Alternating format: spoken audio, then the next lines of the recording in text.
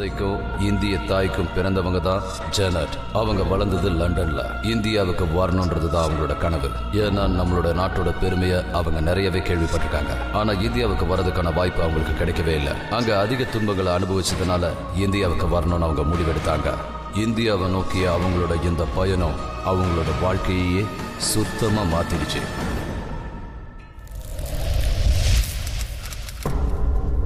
இதுல கவலைப்படுறதுக்கு ஒண்ணுமே இல்லை. It's just a case of fibroids of uterus. நீங்க சர்ஜரி பண்ணிக்கிட்டீங்கன்னா நீங்க தினமும் அவஸ்தைப்படுறீங்களா இந்த ஸ்டொமக் பெயின்ல இருந்து இந்த problem will be sorted out. I'm sorry, இப்போ எனக்கு சர்ஜரி பண்ணிக்க விருப்பம் இல்லை. நான் இந்தியாவுக்கு போய் ட்ரீட்மெண்ட் எடுத்துக்கலான்னு இருக்கேன். India? But why? You're an Indian yourself. நீங்க கண்டிப்பா யோகாவை பத்தி கேள்விப்பட்டிருப்பீங்க. அதனால எனக்கு என்னமோ அந்த ஹாலிஸ்டிக் ட்ரீட்மெண்ட் எடுத்துக்கிட்டா குணமாயிடும் நினைக்கிறேன்.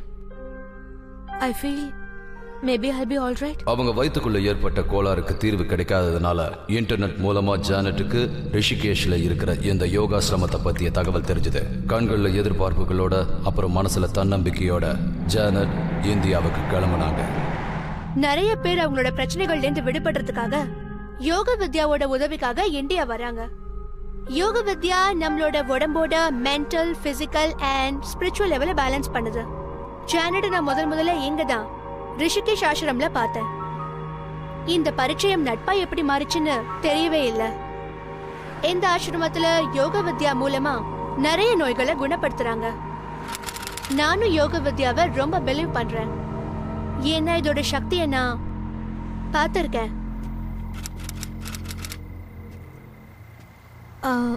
Excuse me. Yes madam. நான் இந்த அட்ரஸ்க்கு போகணும். என்னை கூட்டிட்டு போறீங்களா? I will take you madam. Okay madam. எங்க போகணும் மேடம்? ஹியோ. ஓகே மேடம், வாங்க. ஓகே ப்ளீஸ், நீங்க எங்க சொல்றீங்களோ அங்கேயே விட்டுறேன்.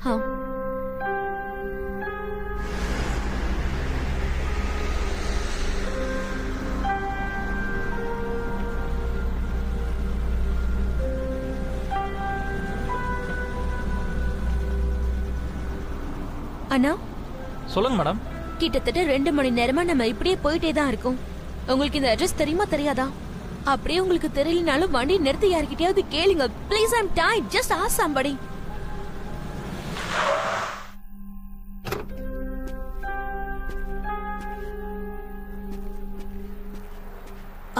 எக்ஸ்கியூஸ் மீ, இந்த அட்ரஸ் எங்க இருக்குன்னு சொல்றீங்களா ப்ளீஸ்? நிறைய தேடுதலுக்கு அப்புறமா ஜானட்டுக்கு கடைசியா ஆசிரமம் எங்க இருக்குன்னு தெரிய வந்தது. அவங்க ஆசிரமத்துக்கு வந்து சேர்ந்தாங்க. என்னாச்சு மேடம்? இதுக்கு மேல வண்டி போகாது. ஆனா ஏன் போகாது? நான் வரமாட்டேன்ப்பா, நீங்களே நடந்து போயிடுங்க.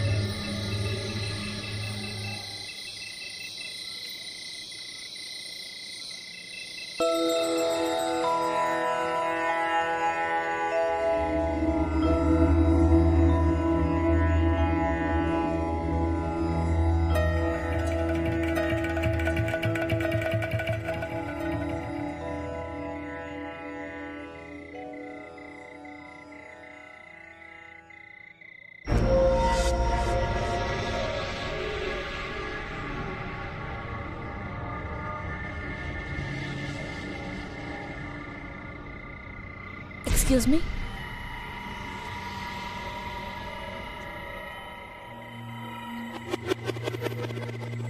ரொம்ப லேட்டா வந்திருக்கீங்க. வாங்க.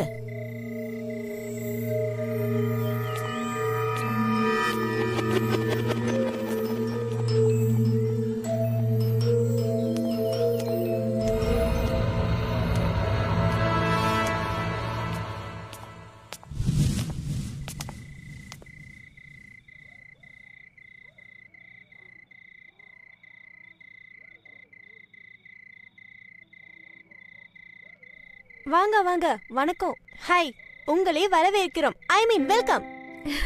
நன்றி. வெரி குட்யா. நீங்க தமிழ் பேசுவீங்களா? ஆமா, நல்லாவே பேசுவேன். ஹாய், நான் நிஷா. ஜானட். நான் ஒரு ஹவுஸ் ஒய்ஃப். என்னோட ஆஸ்மாக்காக வைத்தியம் பார்க்க வந்திருக்கேன். ஹாய், என் பேரு டாலி. ஆக்ட்ரஸ் ஆகணும்னு ஆசைப்பட்டேன், ஆனா நடக்கவே இல்ல. அதனால ரொம்ப டிப்ரெஸ் ஆயிட்டேன். மறுபடியும் வாழ்க்கைய ஃப்ரெஷ்ஷா வாழணும்னு ஆசைப்படுறேன். என்னோட கதையும் கிட்டத்தட்ட உங்கள மாதிரி தான். நான் மீனாட்சி. என்னோட மூட்டு வலிக்காக இங்க ட்ரீட்மெண்ட் எடுக்கிறதுக்கு வந்திருக்கேன். நான் லண்டன்ல இருந்து வந்திருக்கேன். நான் முன்னாடி சொன்ன மாதிரி என் பேரு ஜானட். என்னால எப்படி இவ்ளோ அழகா தமிழ் பேச வருதுன்னா ஏன்னா என் மாமோர இந்தியன். நானும் உங்களை மாதிரி என்னோட ப்ராப்ளம்ஸ்க்காக தான் வந்திருக்கேன். Stomach pain. என்னது, வயித்து வலியா? அதுக்காகவே இங்க வந்தீங்க?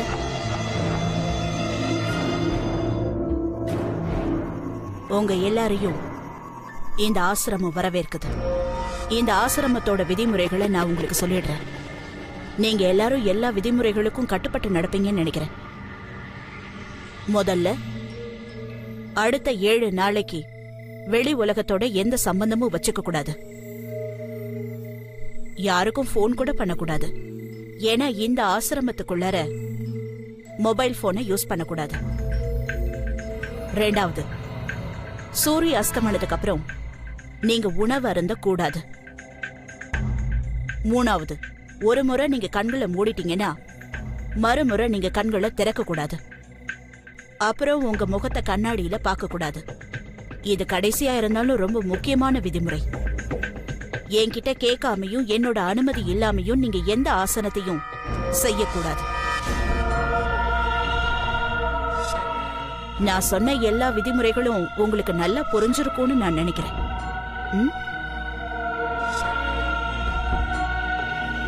சரி, உள்ள வாங்க. ஏன்னா ஒரு தடவை நீங்க உள்ள வந்துட்டீங்கன்னா அடுத்த 7 நாளைக்கு இந்த கதவு பூட்டியே தான் இருக்கும். உங்களோட இந்த 7 நாட்களும் நல்லபடியா கழியட்டும்.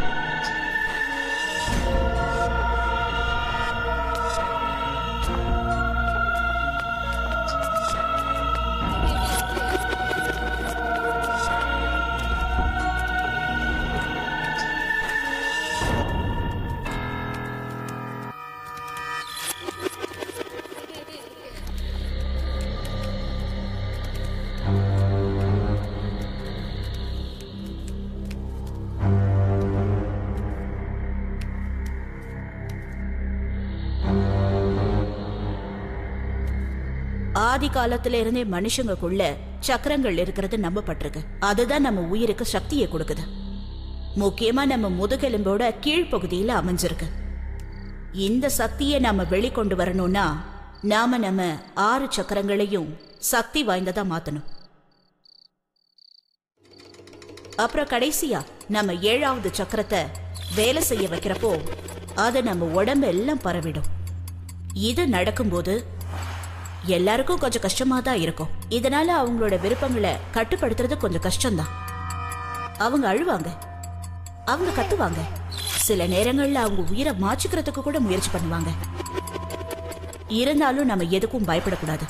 ஏன்னா இந்த தேவையில்லாத எண்ணங்களை நம்ம உடம்புல இருந்து துரத்த வேண்டியது ரொம்ப ரொம்ப அவசியம். இத செய்யும் போது ஒருவேளை உங்க மனசுக்கு பிடிச்ச இறந்து போனவங்க, அதாவது அம்மா அப்பா யாரா இருந்தாலும் கண்ணுக்கு தெரிவாங்க. குறிப்பா சொல்லணும்னா உங்க பிரச்சனைகளுக்கு இதுதான் காரணமா இருக்கும். நீங்க எல்லாருமே சிறப்பா நடந்துப்பீங்கன்னு எனக்கு நம்பிக்கை இருக்கு. அதோட இந்த ஆசிரமத்தோட விதிமுறைகளையும் நீங்க சிறப்பா கடைபிடிப்பீங்கன்னு நான் நம்புறேன். ஆசிரமத்துக்குன்னு சில ரூல்ஸ் இருந்தது, அது கட்டாயமா ஃபாலோ பண்ணியே ஆகணும். ஆஃப்டர் ஆல் இது ஸ்டூடெண்ட்ஸோட நன்மைக்காகத்தான். சாஸ்திரத்துல என்ன சொல்லிருக்குன்னா ஒவ்வொரு மனுஷனுக்குள்ளயும் முக்கியமான ஒரு சக்தி இருக்குமா.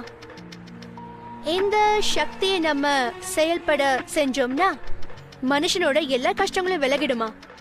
ஆனா இந்த சக்தியை ப்ரொவோக் பண்ணணும்னா நம்ம உடம்புக்குள்ள இருக்கிற 7 சக்கரங்களையும் வேலை செய்ய வைக்கணும். அது ரொம்பவே கஷ்டம். இந்த ஆசனத்தை தொடர்ந்து செஞ்சு பழகும்போது நமக்குள்ள இருக்கிற அந்த தேவையில்லாத விருப்பங்கள், கெட்ட எண்ணங்கள்ல இருந்து நமக்கு முக்தி கிடைக்குது. இன்னைக்கு நாம இந்த ஆசனத்தை செய்யும் போது நமக்குள்ள இருக்கிற நிறைய சக்திகள் வெளிவர ஆரம்பிக்கும். ஒருவேளை இது உங்களுக்கு பயம் தரக்கூடியதாகவும் இருக்கலாம். ஆனா நீங்க பயப்படாம இந்த ஆசனத்தை செஞ்சு முடிக்கணும். இப்ப நீங்க எல்லாரும் மெல்ல மெல்ல உங்க கண்களை மூடுங்க.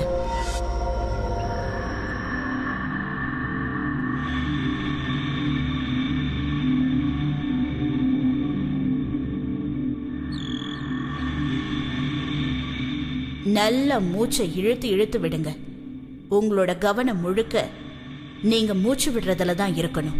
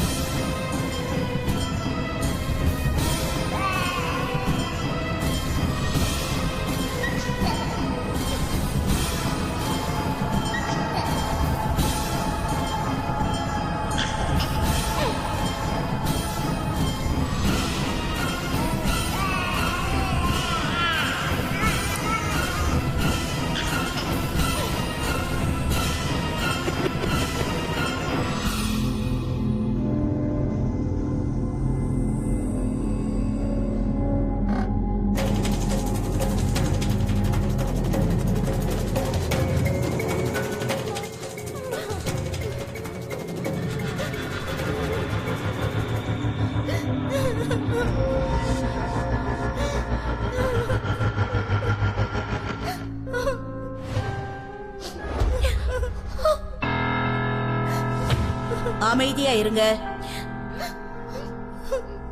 உங்களுக்குள்ள ஒளிஞ்சுக்கிட்டு இருக்கிற அந்த பயத்தை, அந்த கெட்டதை எதிர்த்து நீங்க போராடியே ஆகணும். அதை நீங்க தைரியத்தோட செய்யணும்.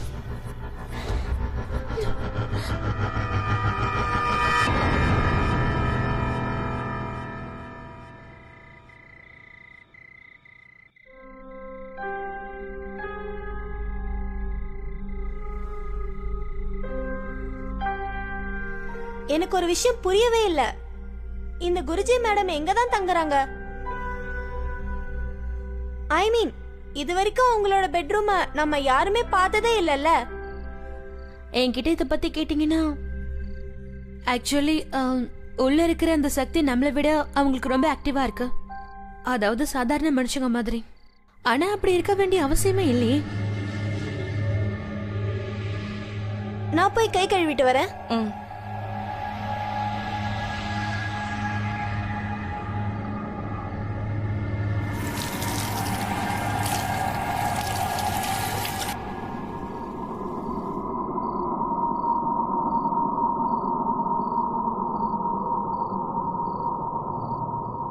ஒரு முறை நீங்க கண்ணை மூடிட்டீங்கன்னா அடுத்த முறை நீங்க அதை திறக்கவே கூடாது. நீங்க உங்க முகத்தை கண்ணாடியில பார்க்கவே கூடாது. ஒரு முறை, ஒரே முறை எப்படி இருக்குன்னு பாத்துக்கிறேன். அப்பதான் இந்த ஆசனங்கள் செய்யறது என்ன யூஸ்ன்னு தெரியும்.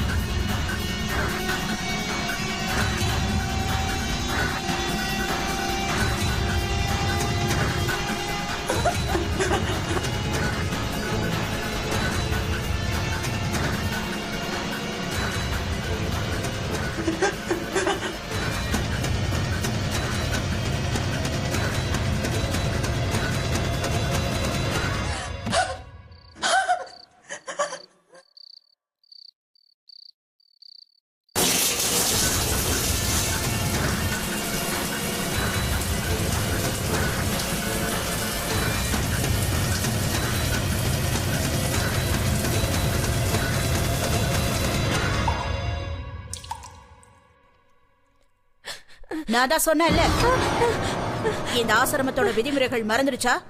நீங்க எல்லாரும் நேர்மையா நடந்துக்கணும். இந்த ஆசிரமத்தில் நடக்கிற ஒவ்வொரு விஷயத்துக்கும் ஒரு காரணம் இருக்கு.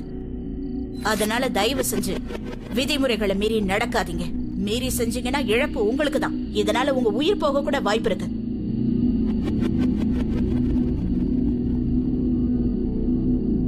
இவளை இங்கிருந்து கூட்டிட்டு போங்க.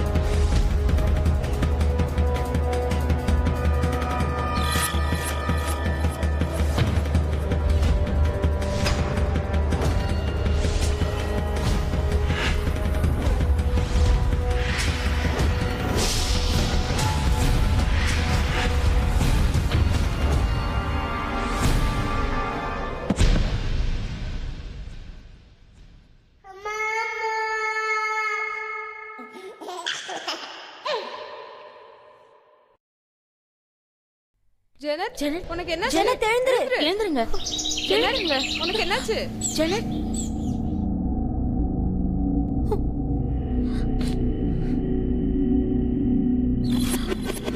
ஜெனட் எழுந்துரு. Are you all right? Janet இந்தா தண்ணி குடி. உனக்கு ஒன்றும் ஆகலல்ல? You all right? என்ன எனக்கு என்ன ஆச்சு? தெரியல, நாங்க உள்ள வரும்போது நீ மயக்கம் போட்டு விழுந்திருந்த.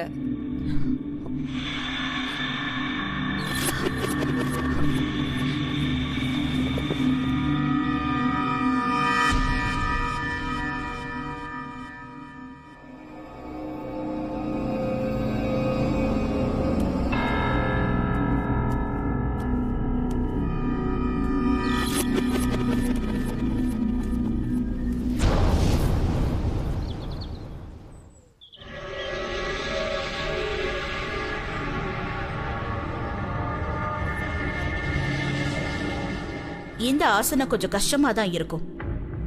முயற்சி பண்ணா செய்யலாம். சரி, ஆரம்பிங்க.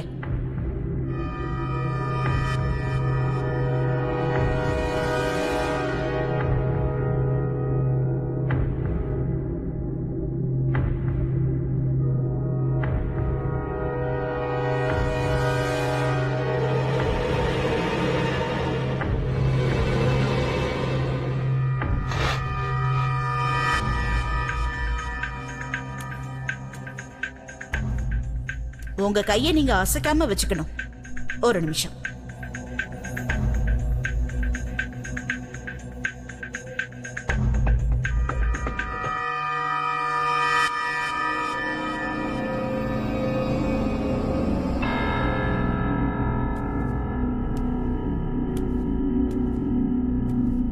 முயற்சி பண்ணுங்க.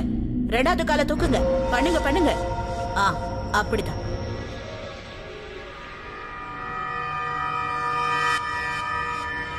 சரியா பண்ணுங்க. பண்ணிக்கிட்டே இருங்க.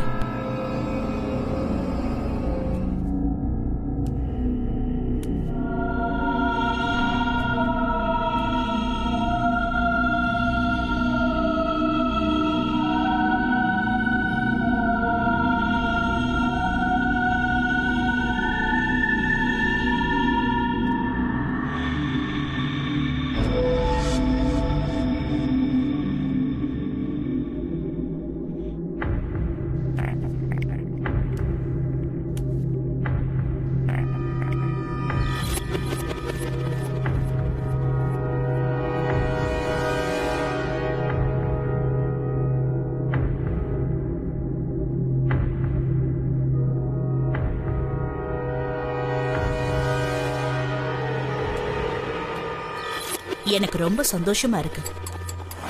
ரொம்ப ஆச்சரியமாவும் இருக்கு. நீ கொஞ்ச நேரத்துக்கு முன்னாடி செஞ்ச இந்த ஆசனம் ரொம்ப கஷ்டமானது. வருஷக்கணக்கான முயற்சிக்கு அப்புறம் தான் இதை ஒருத்தரால செய்ய முடியும். ஆனா எனக்கு தெரிஞ்ச இந்த ஆசனத்தை இதுக்கு முன்னாடி நீ செஞ்சிருக்கவே முடியாது. ஆனா இந்த ஆசனத்தை உன்னால எப்படி செய்ய முடிஞ்சது? இது எனக்கே ரொம்ப ஆச்சரியமா தான் இருக்கு. உண்மை சொல்லணும்னா தெரியல. ஐ மீன் குருமா, நான் இங்க வந்ததுல இருந்தே some strange things are happening to me.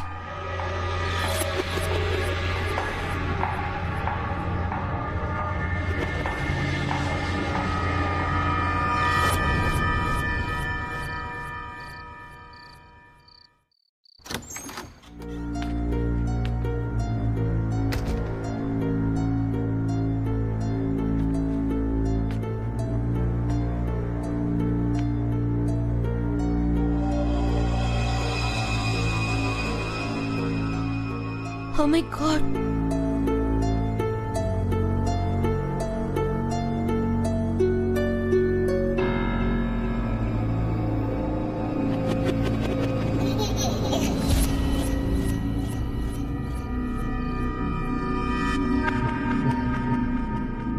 Who's there? யாருங்க?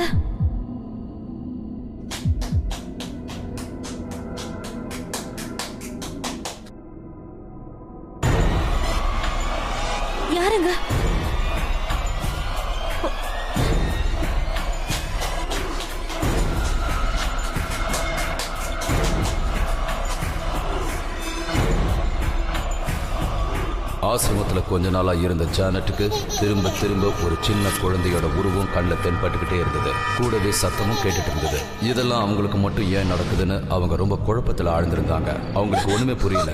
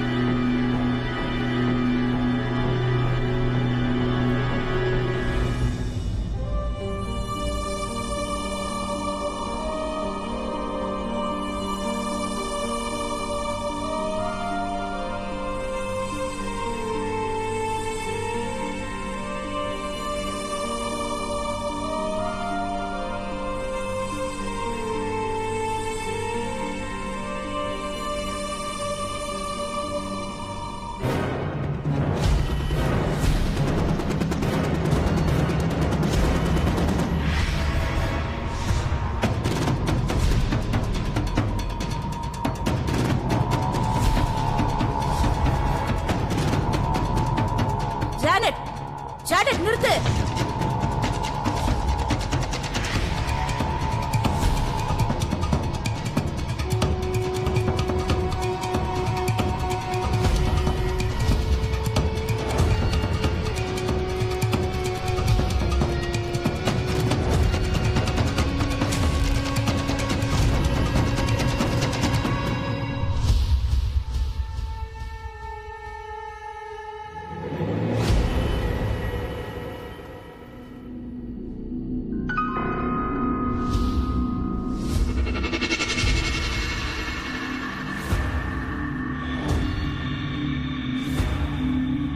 எந்திரி.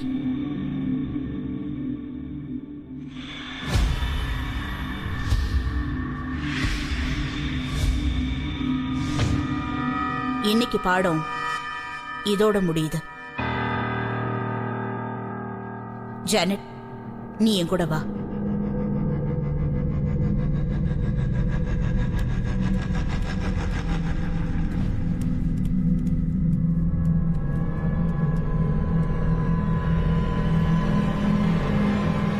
இன்னைக்கு நீ என்ன பண்ண தெரியுமா? நீ செஞ்ச அந்த ஆசனம் எவ்வளவு கஷ்டமானதுன்னு, எவ்வளவு ஆபத்தானதுன்னு உனக்கு தெரியுமா? நான் சொல்றத நம்புங்க. I really don't know அந்த ஆசனத்தை நான் எதுக்கு பண்ண, ஏன் பண்ணன்னு தெரியல. But why?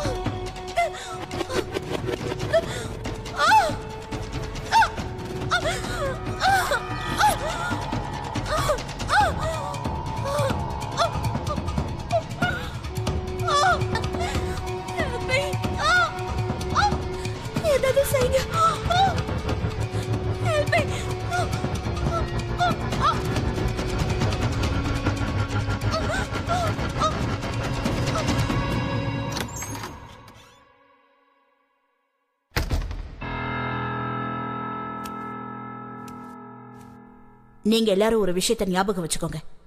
தப்பி தவறி கூட யாரும் அந்த அறைக்கு போயிடாதீங்க. ஆனா ஜெனட்டுக்கு என்னதான் ஆச்சு? அவளுக்கு நீங்க ஏதாவது தப்பான ஆசனத்தை சொல்லி கொடுத்தீங்களா என்ன? நீ உன் எல்லையை மீறி பேசிட்டு இருக்க மீனாட்சி. எல்லாம் நீ எதை சொல்றீங்க குருஜி? எங்களோட வாயை மட்டும் அடைச்சு நீங்க என்ன பண்ண போறீங்க? ஊரே இந்த ஆசிரமத்தை பத்தி என்னென்னமோ பேசிட்டு இருக்காங்க. எல்லாரும் அமைதியா இருங்க. ஜானட் நிலைமைய பார்த்ததுக்கு அப்புறம் உங்க எல்லாருக்கும் குழப்பம் வர்றது சகஜம்தான். இந்த ஆசிரமத்தை குறை சொல்றதுக்கு முன்னாடி நீங்க செஞ்ச தவறுகளை நினைச்சு பாக்குறது நல்லதுன்னு நினைக்கிறேன். இங்க நாங்க சொல்லிக் கொடுக்கிற ஆசனங்கள்னால உங்களோட சக்தி விரிவடைஞ்சு உங்களோட கஷ்டத்தை எல்லாம் போக்கிடும். அதனாலதான் விதிமுறைகளை கடைபிடிக்க சொல்றோம். அதை நீங்களும் சரி ஜானட்டும் சரி கடைபிடிக்கணும். ஆனா அவ விதிமுறைகளை கடைபிடிக்காம இருந்ததுனாலதான் அவளுக்கு இந்த நிலைமை ஏற்பட்டிருக்கு.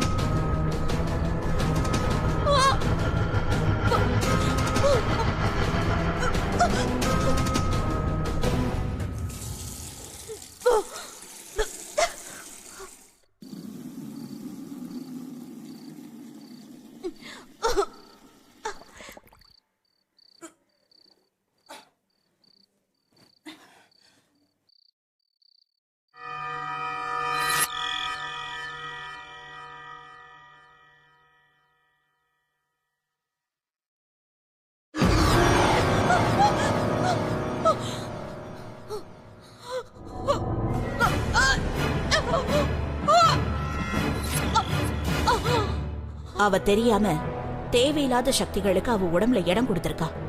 இனிமே காலம் கடத்தாம அந்த சக்திகளை கட்டுப்படுத்த வேண்டியது ரொம்ப முக்கியம். இல்லைன்னா அவ உயிருக்கு ஆபத்து ஏற்படலாம்.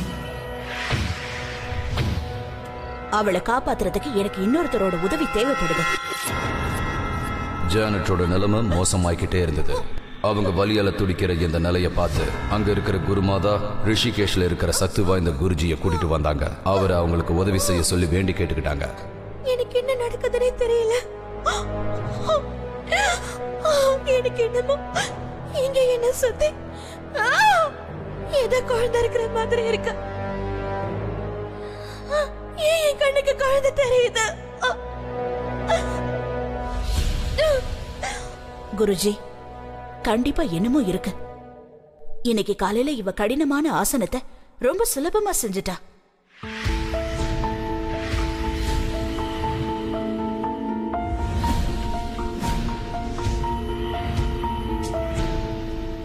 இங்க பாருங்க, கர்ப்பவதி பெண்களுக்கு இது மாதிரி அடிக்கடி நடக்கத்தான் செய்யும்.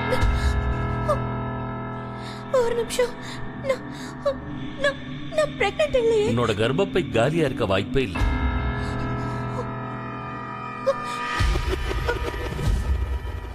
இல்லன்னா இந்த மாதிரி எல்லாம் நடக்கவே நடக்காது.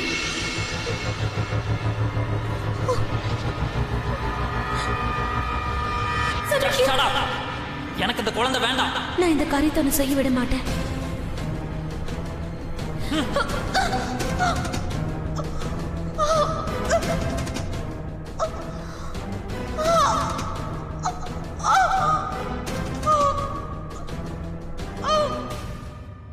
நீங்க சொல்றது உண்மைன்னு நீங்க நம்புறீங்களா?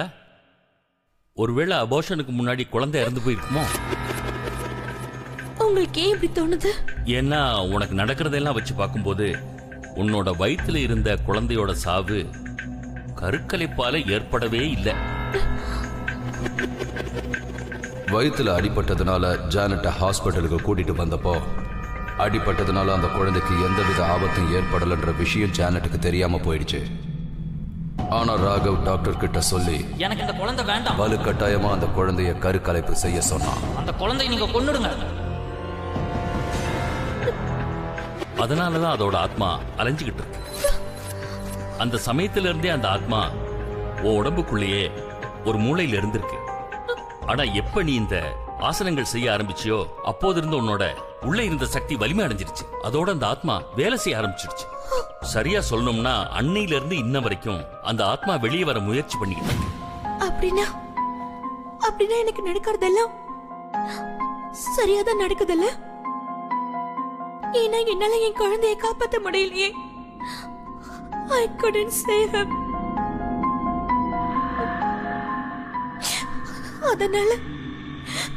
அதனால என் குழந்தை என்ன கொல்லணும்னு நினைச்சா அப்போ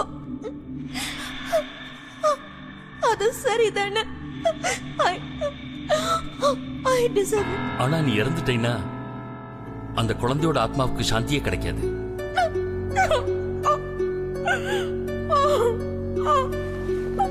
குருஜி, நீங்களே ஒரு நல்ல வழியை காட்டுங்க. ஜானட்டை இந்த பிரச்சனையில இருந்து எப்படி காப்பாத்துறதுன்னு சொல்லுங்க. குருஜி, இவளை காப்பாத்தியே ஆகணும். நம்ம கிட்ட நேரம் ரொம்ப கம்மியா இருக்கு குருஜி. இங்க பாருமா, இதுக்கு ஒரே ஒரு வழிதான் இருக்கு. இவங்களுக்குள்ள இருக்கிற அந்த குழந்தையோட ஆத்மாவுக்கு முக்தி கிடைக்கணும். ஜானட்டை காப்பாத்த ஒரே ஒரு வழிதான் இருந்தது. அவளுக்குள்ள இருக்கிற அந்த 7 சக்கரங்களையும் வேலை செய்ய வச்சு அவளுக்குள்ளார இருக்கிற அந்த சக்தியை தட்டி எழுப்பணும். அப்பதான் அந்த குழந்தையோட ஆத்மாவுக்கு சாந்தி கிடைக்கும். ஆனா இந்த காரியத்தை செய்யறது ரொம்ப கஷ்டம். ஐ மீன், வருஷக்கணக்கா பிராக்டிஸ் பண்ணதுக்கு அப்புறமா தான் ஒருத்தரால அவங்களுக்குள்ள இருக்கிற அந்த சக்தியை அவங்களால எழுப்ப முடியும். ஆனா இது நடக்காதுன்னு சொல்ல முடியாது.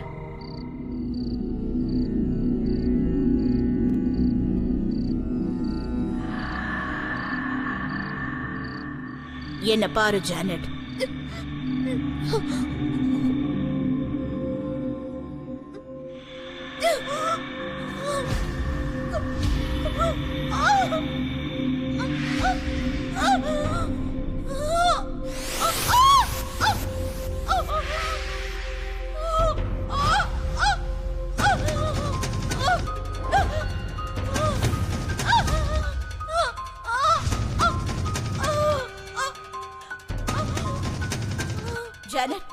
முயற்சி பண்ணு ஜானட், முயற்சி பண்ணு. முடியும்.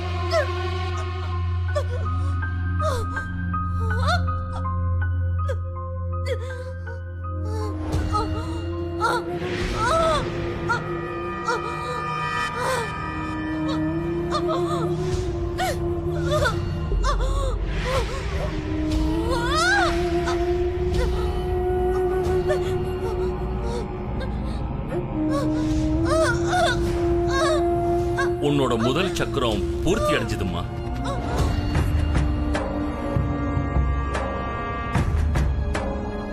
ஜானட், என்ன பாரு.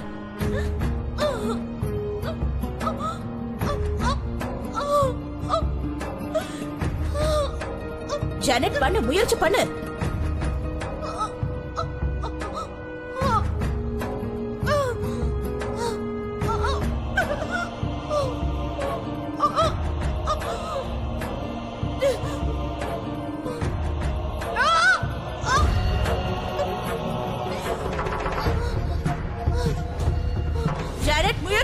முயற்சி பண்ணு, முயற்சி பண்ணு ஜானட். பண்ணிதான் ஆகணும்.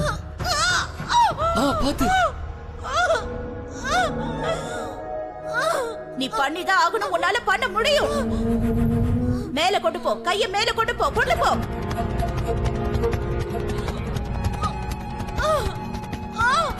ஜானட், நீ பண்ணிக்கிட்டு இருக்க.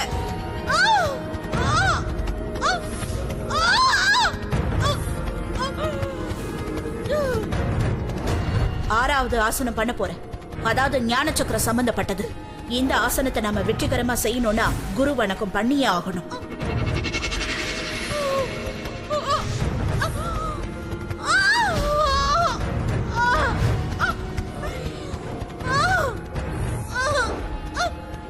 இப்ப 7வது சக்கர சம்பந்தப்பட்ட ஆசனம். இது பரிபூரண ஞானத்தை அடையறதுக்கு உனக்கு உதவியா இருக்கும். இந்த சக்கரத்தை முடிச்ச உடனேயே உங்களுக்குள்ள இருக்கிற சக்தி முழுமையா சக்தி அடைஞ்சுதான் மாறிடும். ஜானட், முயற்சி பண்ணு. இதுதான் கடைசி சக்கரம். முயற்சி பண்ணு ஜானட், முயற்சி பண்ணு. உன்னால முடியாதுன்னு நினைக்காத. முயற்சி பண்ணு.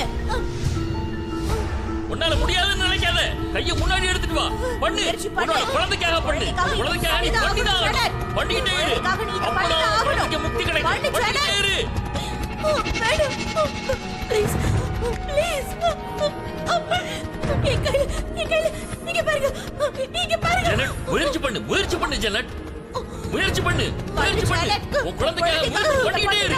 பண்ணிதான். அப்பதான் குழந்தைக்கு முக்தி கிடைக்கும். உன்னால முடியாதுன்னு நினைக்காத. பண்ணிக்கிட்டே இரு. உன்னால முடியும். பண்ணிக்கிட்டே இரு.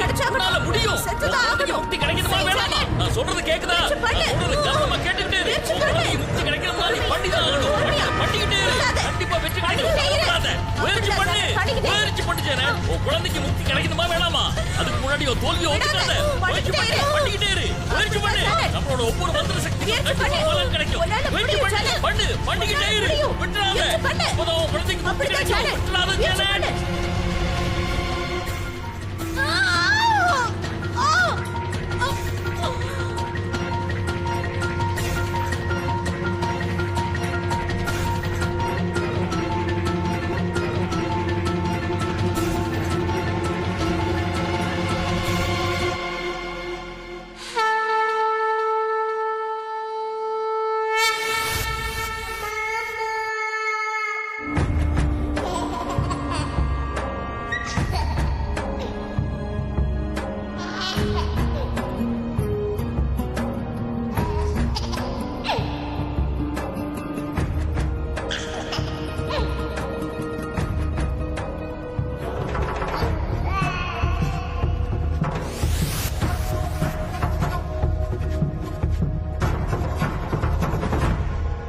உடம்புல இருக்கிற 7 சக்கரங்களையும் தூண்டி விட்டதுக்கு அப்புறமா குழந்தையோட ஆத்மாவுக்கு ஜானட்டோட உடம்புல இருந்து முக்தி கிடைச்சது.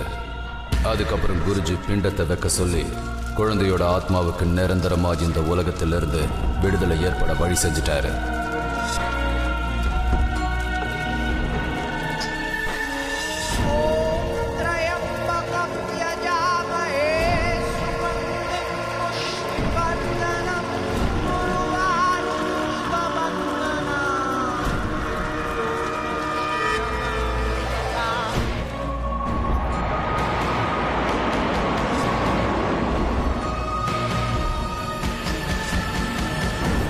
ட்ரஸ்ட் மீ, யோகானால எனக்கு நிறைய மாற்றங்கள் ஏற்பட்டிருக்கு. இந்தியால இருந்து வந்ததுல இருந்து டச் இட், எனக்கு எந்த வயிற்று வலியும் வந்ததில்லை. பட் ஒரு விஷயம் ரொம்ப ஸ்ட்ரேஞ்சா இருக்கு. நீ இந்தியாவுக்கு கிளம்பி போனதுக்கு அப்புறமா நான் உன்னுடைய எக்ஸ்ரேவை எக்ஸாமின் பண்ணி பார்த்தேன். This reports are showing that you are pregnant.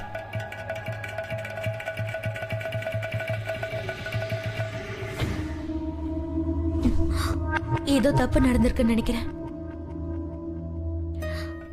Doctor, இன்னொரு வாய்ப்பு கூட இருக்கு.